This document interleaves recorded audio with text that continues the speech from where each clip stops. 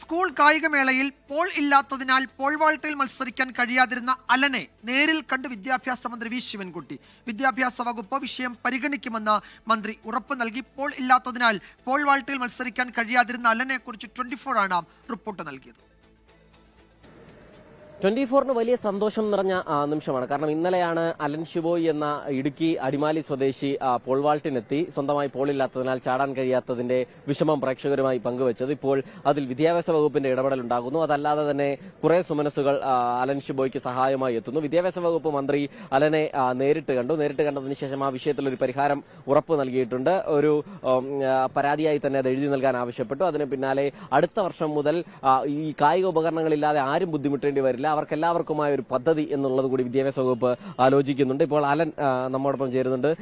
അലനെ, നമ്മുടെ ആ വാർത്തയിൽ ഒരു ഇടപെടൽ ഉണ്ടാകുന്നുണ്ട്, സന്തോഷമായ? നല്ല രീതിക്ക് സന്തോഷമുണ്ട്.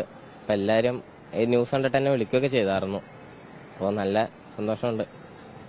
അലൻ വലിയ ഹാപ്പിയാണ്, വലിയ സന്തോഷത്തിലാണ്. അലന് ഈ വിദ്യാഭ്യാസ വകുപ്പിന്റെ ഇടപെടൽ മാത്രമല്ല, അതിനുമപ്പുറത്തേക്ക് നേരത്തെ പോൾ വാഗ്ദാനം ചെയ്തിരുന്നു അലന് ചിലർ. പക്ഷെ അന്ന് അവരൊക്കെയും പിന്നീട് ഫോൺ വിളിച്ചാൽ പോലും എടുക്കാത്ത രീതിയിൽ പറ്റിക്കുന്ന ഒരു സാഹചര്യം ഉണ്ടായി. ഇപ്പോഴെന്തായാലും അലൻ ഉറപ്പായും പോൾ വാങ്ങിക്കൊടുക്കുമെന്ന് പറഞ്ഞ് ചിലർ വന്നിട്ടുണ്ട്. അതല്ലാതെ തന്നെ ചില സാമ്പത്തിക സഹായങ്ങൾ 24-ലൂടെ തന്നെ ഇതിനോടകം തന്നെ അലൻ ലഭിച്ചിട്ടുണ്ട്. അങ്ങനെ അലൻ സന്തോഷത്തിലാണ്, 24-ഉം വലിയ സന്തോഷത്തിലാണ്.